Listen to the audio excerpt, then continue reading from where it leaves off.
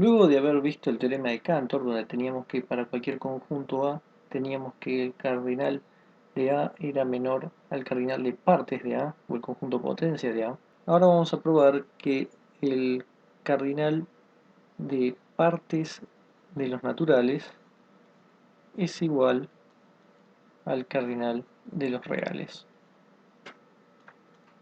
Ya habíamos puesto un nombre a esto, era 2 a la Aleph 0, y esto también tiene un nombre que se le suele llamar el continuo C. Para esto vamos a usar algo que ya utilizamos para mostrar el teorema de Cantor, que es que si tenemos una función inyectiva, entonces nos aseguramos que directamente de cualquier conjunto, si hay una función inyectiva de A a B, entonces el cardinal de A es menor a B. Y en particular, el teorema de Cantor, Schroeder, Bernstein asegura que si logramos hacer una desigualdad entre cardinales de esta forma y también la que es al revés, es decir, b menor a A, entonces tenemos que los cardinales de A y de B son iguales. Entonces lo que vamos a tener que usar es encontrar una función inyectiva de partes de n a R y otra de R a partes de n. Entonces empecemos por la primera inyección, que va a ser una f que va a ir de partes de n a R. Es decir, lo que vamos a ver es que partes de n menor, menor igual en principio, vamos a poner así, porque si consiguiéramos una biyección tendríamos la igualdad. Entonces, si hubiera una inyección pero no fuera biyectiva, entonces tendríamos la desigualdad eh, directa. Entonces pongamos acá para evitar la confusión, siempre con el igual, el menor igual. Y acá viene entonces la cardinalidad de R. Esta primera función inyectiva de partes de n a R es f de S va a ser un conjunto en partes de n, igual a la sumatoria de los n que están en S de 10 a la menos n. Entonces, para poner un ejemplo simple, supongamos que el conjunto que estamos tomando es el 1, 2, 3. Entonces, ¿qué va a ser f de esto?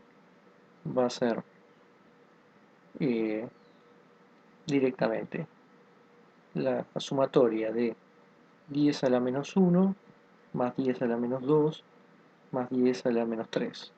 Es decir, 0.1, 0.01, 0.001. Lo que tiene de bueno esta función es que si yo siempre tomo un conjunto de partes de n distinto, que va a tener distintos números, me lleva a un número real distinto, porque cada número natural asociado a un conjunto de partes me lo está llevando a un número real distinto con distintos números para los decimales. No vamos a tener otro conjunto de partes de los naturales que lleve al mismo número, porque justamente va a sumar un n distinto que va a estar o no en este conjunto. Por ejemplo, podría agarrar un conjunto que sea los pares y voy a tener nada más que 10 a la menos 2 más 10 a la menos 4 más 10 a la menos 6, y esto es un número real y que no importa que otro conjunto infinito tome, va a ser distinto a este, el número real que va a quedar. Por lo tanto, eso nos asegura que es inyectivo. Es decir, que si tenemos f de s igual a f de s', vamos a tener una escritura de 10 a la menos n que va a tener que ser igual a la que tenemos acá. Cuando quiera igualar estas dos cosas, automáticamente tenemos que sus decimales tienen que ser iguales, es decir, es el mismo número real. Eso obliga a que los n que estemos tomando sean iguales. Si los n son los mismos, estamos tomando el mismo conjunto en partes de n. Esto es una idea entonces de cómo sería demostrar la inyectividad.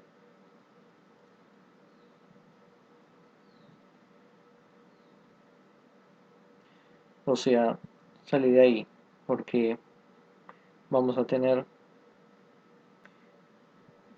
por un lado, 10 a la... Cada n que pertenece a S vamos a llamarlo S1, S2, etc. 10 a la menos S1, más 10 a la menos S2, más 10 a la menos S3, etc. Y esto tiene que ser igual a 10 a la menos S1', más 10 a la menos S2', etc.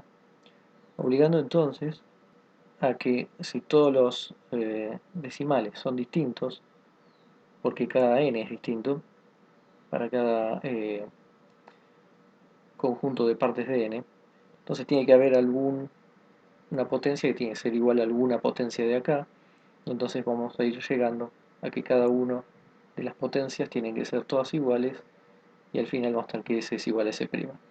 Por otro lado vamos a tener la inyección de la función g, llamamos de R a partes de n, que nos va a dar que R es menor o igual a partes de n. Esto lo vamos a hacer de la siguiente forma.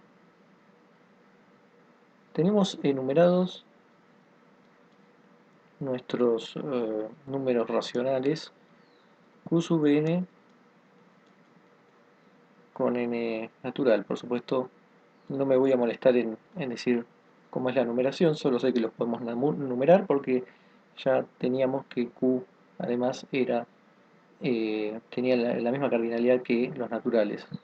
En otras palabras, lo podemos numerar.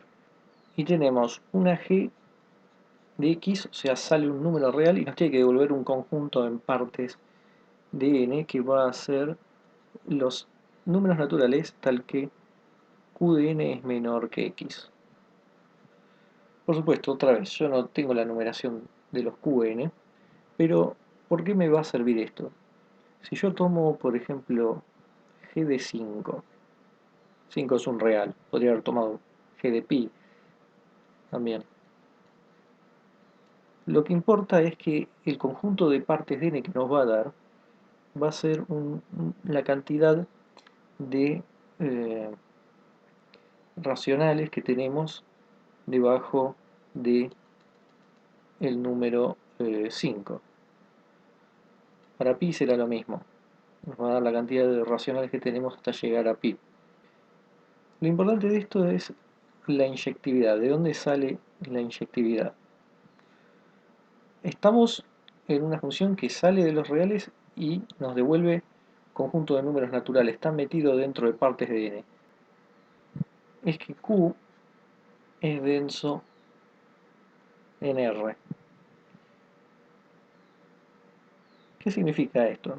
Escapando un poco de las definiciones técnicas, lo que tenemos es que si hay dos números reales x, y, entonces siempre existe un número racional q que está entre x e y.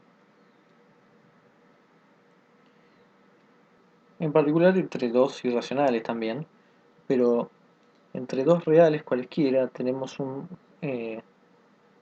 racional en el medio, y esto es muy importante, porque esto obliga que cada vez que tengamos nuestra g, un número real cualquiera, tenemos un racional anterior que va a ser distinto para otro. Volvemos a la definición de inyectividad. Supongamos que tenemos g de x igual a g de y.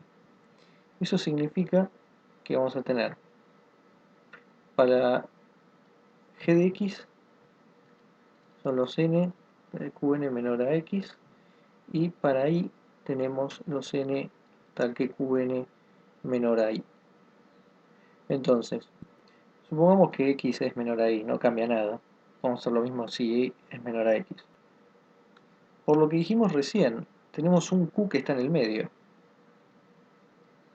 Esto va a ser para cualquier dos reales que elijamos. Y eso automáticamente hace que eh, si son distintos los reales que elegimos, la cuenta de los n tiene que ser distinta también.